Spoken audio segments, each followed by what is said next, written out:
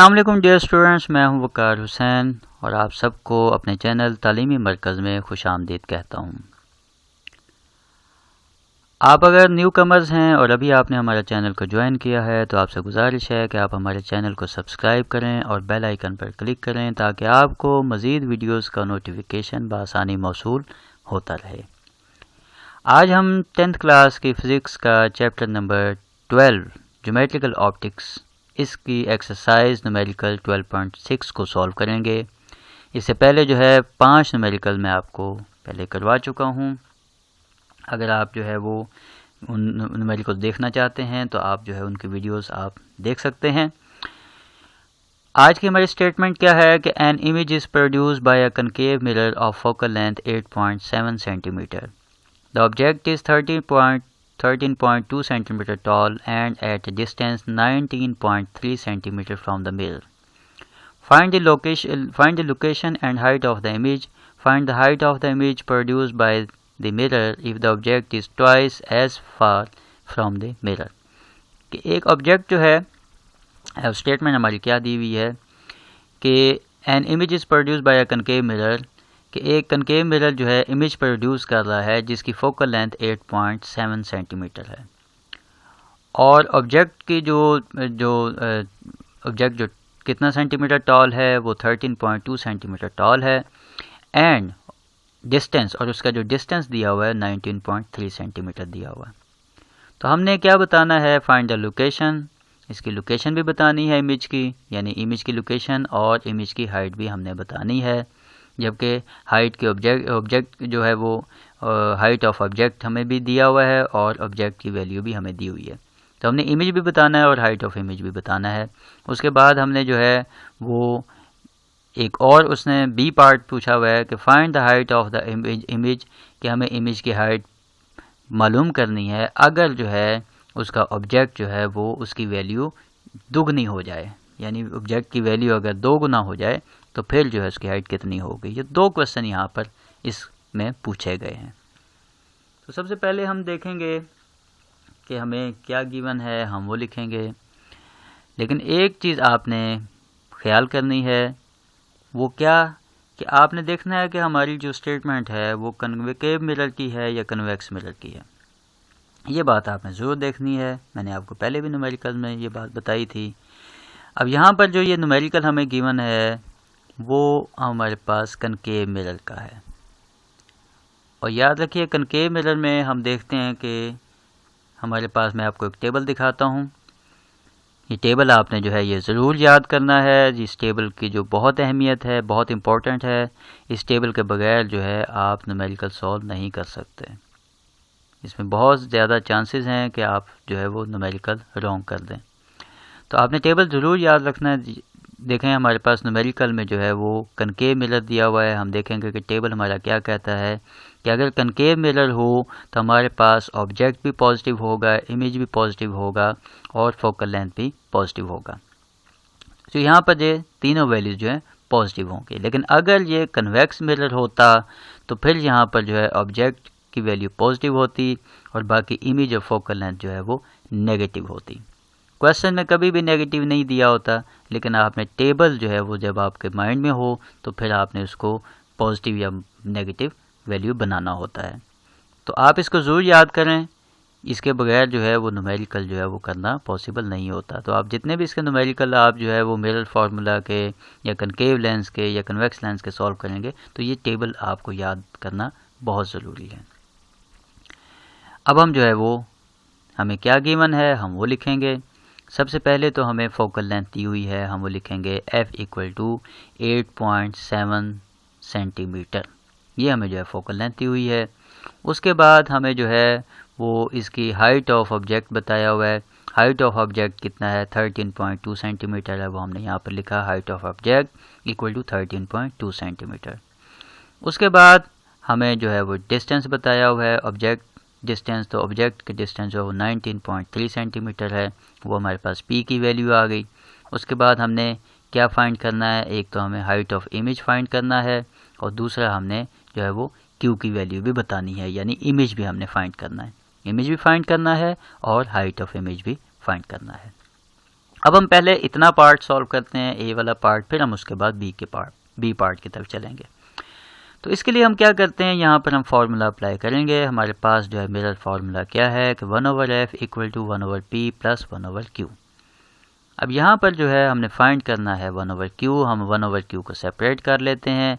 ये 1/p की value जो 1/p को जब हम 1/f के पास लेकर जाएंगे तो यहाँ पर ये पॉजिटिव है तो वहाँ जाकर नेगेटिव हो जाएगी। तो हमारे पास क्या आ जाएगा, 1/q equal to 1/f minus 1/p। अब हम इसके अंदर जो है इसकी वैल्यू रखेंगे। 1/q एज इट इज़ आ गया। 1/f, f की वैल्यू हमें पता है कि 8.7 था, तो हमने यहाँ पर 8.7, 0 की वैल्यू नहीं होती, ये वैसे लिखा हुआ है, आप ना भी लिखें से कोई फ़र्क नहीं पड़ता। तो आपने कंफ्यूज नहीं होना कि 0 लिखा हुआ है, आप ना लिखें से कोई फ़र्क नहीं पड़ेगा, आप 8.7 भी लिख सकते हैं।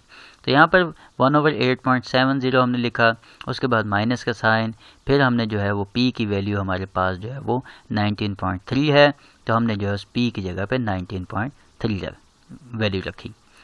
अब हम क्या करेंगे कि यहाँ पर 1 को 8.70 से डिवाइड करेंगे तो हमारे पास आएगा 0.1149, फिर माइनस का साइन आ गया। उसके बाद 1 को 19.3 पे जब डिवाइड करेंगे तो उसकी वैल्यू आएगी 0.0518।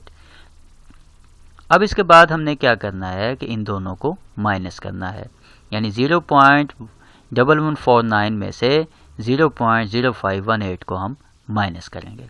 जब हम इसको माइनस करेंगे तो हमारे पास जो वैल्यू आएगी वो क्या होगी, 1/q इक्वल टू 0.0631 जो है इसकी वैल्यू आएगी।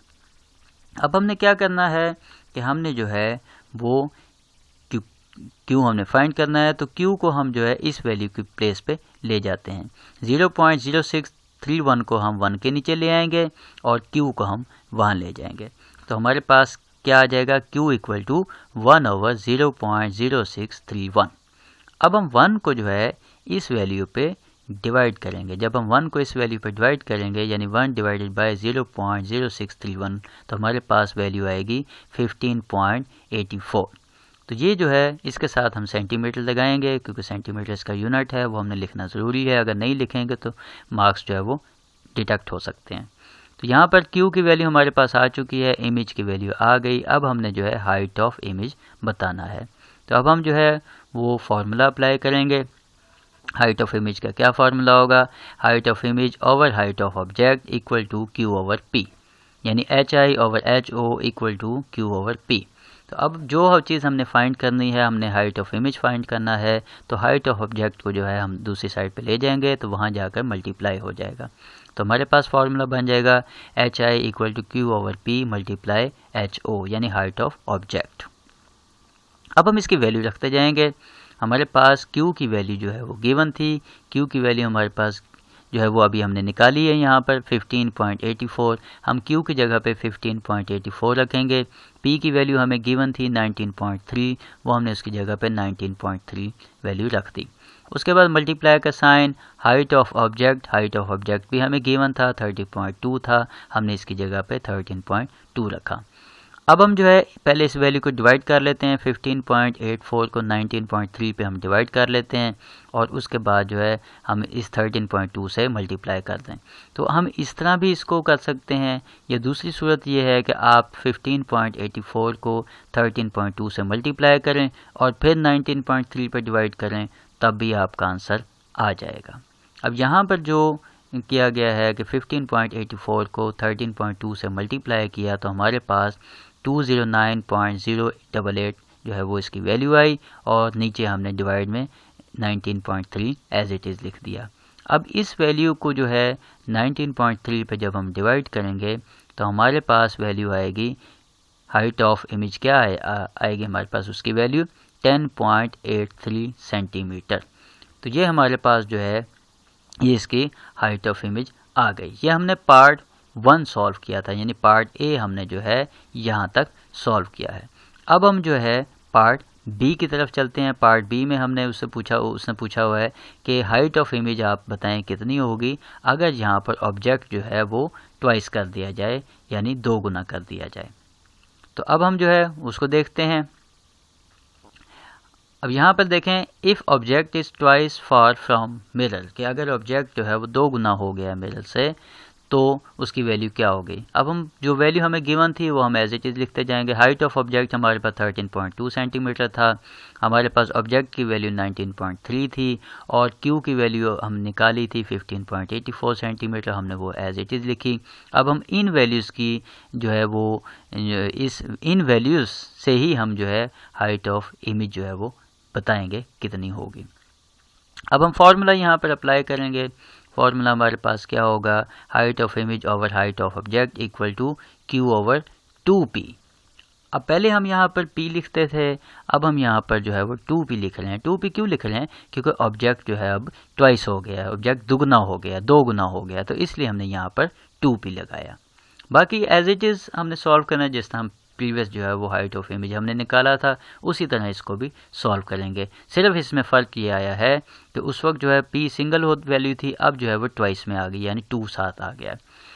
अब हाइट ऑफ ऑब्जेक्ट को हम वहाँ ले जाएंगे तो वहाँ जाकर हाइट ऑफ ऑब्जेक्ट जो है वो मल्टीप्लाई हो जाएगा, यानी एच ओ जो मल्टीप्लाई हो जाएगा, H I equal to Q over 2p multiply H O. अब जो वैल्यू हमें गिवन होंगी वो हम इसकी जगह पे पुट कर देंगे। सबसे पहले हमारे पास height of image equal to Q की वैल्यू हमारे पास 15.84 सेंटीमीटर है, हमने 15.84 लिखा। उसके बाद नीचे जो है वो 2p था, 2 एज इट इज़, फिर p की जगह पे उसकी वैल्यू 19.3 हमने लगाया। उसके बाद मल्टीप्लाई का साइन और हमारे पास हाइट ऑफ ऑब्जेक्ट जो है वो 13.2 था, हमने 13.2 यहाँ पर लिख दिया। अब उसके बाद हम जो है इस 2 को 19.3 से मल्टीप्लाई करेंगे तो 38.6 आ जाएगा, बाकी एज इट इज़ आ गया। उसके बाद हम क्या कर रहे हैं, 15.84 को 38.6 पर हमने डिवाइड किया, जब इसको इस पर डिवाइड किया तो 0.4103 आ गया और उसके बाद मल्टीप्लाई का साइन और 13.2 एज इट इज़ हमने लिख दिया। आप चाहें तो इस 13.2 को 15.84 से मल्टीप्लाई भी कर सकते हैं और मल्टीप्लाई करने के बाद इस पर 38.6 पर डिवाइड कर सकते हैं, तो डायरेक्ट भी आपका आंसर आ सकता है। मैंने सबसे पहले इसको सॉल्व किया है, इसको डिवाइड किया है, उसकी वैल्यू लिखी है, उसके बाद मल्टीप्लाई 13.2 लिखा है। अब इस वैल्यू को जब इसे मल्टीप्लाई करेंगे 0.4103 मल्टीप्लाई 13.2 को जब हम करेंगे तो हमारे पास जो है हाइट ऑफ इमेज क्या आएगी, हाइट ऑफ इमेज 5.42 जो है वो इसकी हाइट ऑफ इमेज आएगी। इसके साथ जो है हम यूनिट जो है इसका ज़रूर लगाएंगे, सेंटीमीटर हमने यहाँ पर लगाया है। अगर हम यहाँ पर ये यूनिट नहीं लगाते तो हो सकता है कि मार्क्स जो हैं वो डिडक्ट हो जाएं। तो आई होप स्टूडेंट्स कि आपको इस न्यूमेरिकल की समझ आ गई होगी। अगर कोई बात की समझ नहीं आई तो आप जो है डिस्क्रिप्शन में मैंने एक ईमेल आईडी दी हुई है, आप उस पर जो है वो ईमेल कर सकते हैं। अपना बहुत ज़्यादा ख्याल रखें, दुआओं में याद रखें। अल्लाह हाफिज़।